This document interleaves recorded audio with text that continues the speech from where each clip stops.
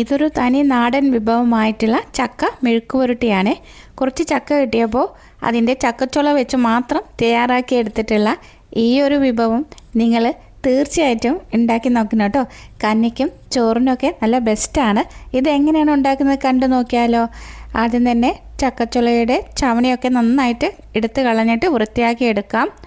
അതിനുശേഷം അതിൻ്റെ ചുള മാത്രമാണ് ഞാനെടുത്ത് വെച്ചിരിക്കുന്നത് കേട്ടോ. കുരു വേറെ നമുക്ക് കറിയിലൊക്കെ ഇട്ട് വെക്കുകയാണെങ്കിൽ നല്ല ടേസ്റ്റ് ആയിരിക്കും. അപ്പോൾ നമുക്ക് പെട്ടെന്ന് തന്നെ ചക്കയുടെ ചുള മാത്രം എടുത്ത് മാറ്റി വെക്കാം. ഇത് കൈകൊണ്ട് തന്നെ കേട്ടോ ഞാനിങ്ങനെ റെഡിയാക്കുന്നത്. ഇനി വലിയ കഷ്ണമാണ് നമുക്ക് കിട്ടുന്നതെങ്കിൽ കത്തി വെച്ചിട്ട് ഇതേമാതിരി ചെറിയ പീസസ് ആക്കിയിട്ട് എടുക്കാവുന്നതാണ്. ഇതിന് നന്നായിട്ട് കഴുകി വൃത്തിയാക്കി എടുക്കാം. ഇനി ഒരു കുക്കർ അടുപ്പിലേക്ക് വെക്കാം. അതിനുശേഷം നമ്മൾ വൃത്തിയാക്കി വെച്ചിരിക്കുന്ന ചക്കച്ചുള ഉണ്ടല്ലോ അത് ഇതിലേക്ക് ഇട്ട് കൊടുക്കാം. പാകത്തിനുള്ള ഉപ്പ് ചേർത്ത് കൊടുക്കാം. അല്പം വെള്ളം ഒഴിച്ചു കൊടുക്കാം. വെള്ളം അധികമാകരുത് കേട്ടോ. ഒരു 1/4 കപ്പ് വെള്ളം മാത്രം ഒഴിച്ചാൽ മതി. ഇനി അടപ്പ് മൂടി വെച്ച് ഒരു വിസിൽ വരുന്നത് വരെ വേവിച്ചെടുക്കാം. മീഡിയം ഫ്ലെയിമിലാണ് ഞാനിവിടെ ഇട്ട് കൊടുത്തിരിക്കുന്നത്. ഇപ്പോൾ അതിൻ്റെ ആവിയൊക്കെ പോയതിന് ശേഷം തുറന്ന് നോക്കാം. ഇപ്പോൾ അതിൽ കുറച്ച് വെള്ളം ഇരിപ്പുണ്ട് കേട്ടോ. വെള്ളം നമുക്ക് ഊറ്റിക്കളയാം. വെള്ളത്തിൻ്റെ ആവശ്യമില്ല. ഇനി ഒരു ചട്ടി അടുപ്പിലേക്ക് വെക്കാം. അതിലേക്ക് വെളിച്ചെണ്ണ ഒഴിച്ചു കൊടുക്കാം.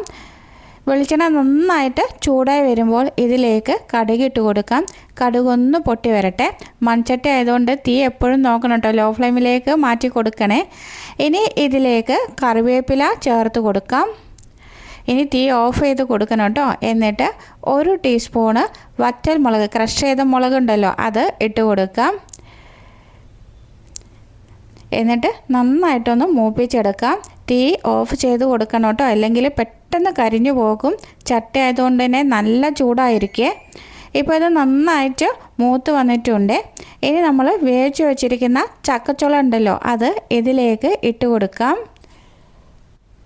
ഇനി ഫ്ലെയിം ഓൺ ചെയ്ത് കൊടുക്കാം. എന്നിട്ട് നന്നായിട്ട് മിക്സ് ചെയ്തെടുക്കാം. ഒരു 2 മിനിറ്റ് നന്നായിട്ട് ഇളക്കി യോജിപ്പിച്ചെടുക്കാം. ഇനി ഇതിൽ വെളിച്ചെണ്ണ ഒഴിക്കേണ്ട ആവശ്യമൊന്നുമില്ല കേട്ടോ. ഇത് കഞ്ഞിക്കും ചോറിനൊക്കെ കൂട്ടാൻ നല്ല ബെസ്റ്റാണ്.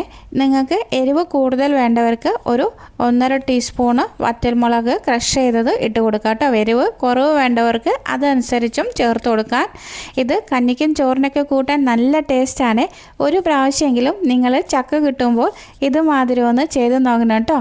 ഇഷ്ടപ്പെടുകയാണെങ്കിൽ ലൈക്ക് ചെയ്യാനും നിങ്ങളുടെ ഫ്രണ്ട്സിനും റിലേറ്റീവ്സിനൊക്കെ ഷെയർ ചെയ്ത് കൊടുക്കാനും മറക്കരുത്.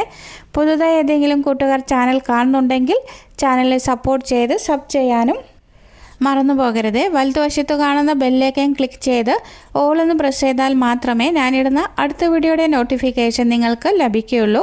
അടുത്ത നല്ലൊരു വീഡിയോയുമായി വീണ്ടും കാണാം. Thank you for watching. Bye bye.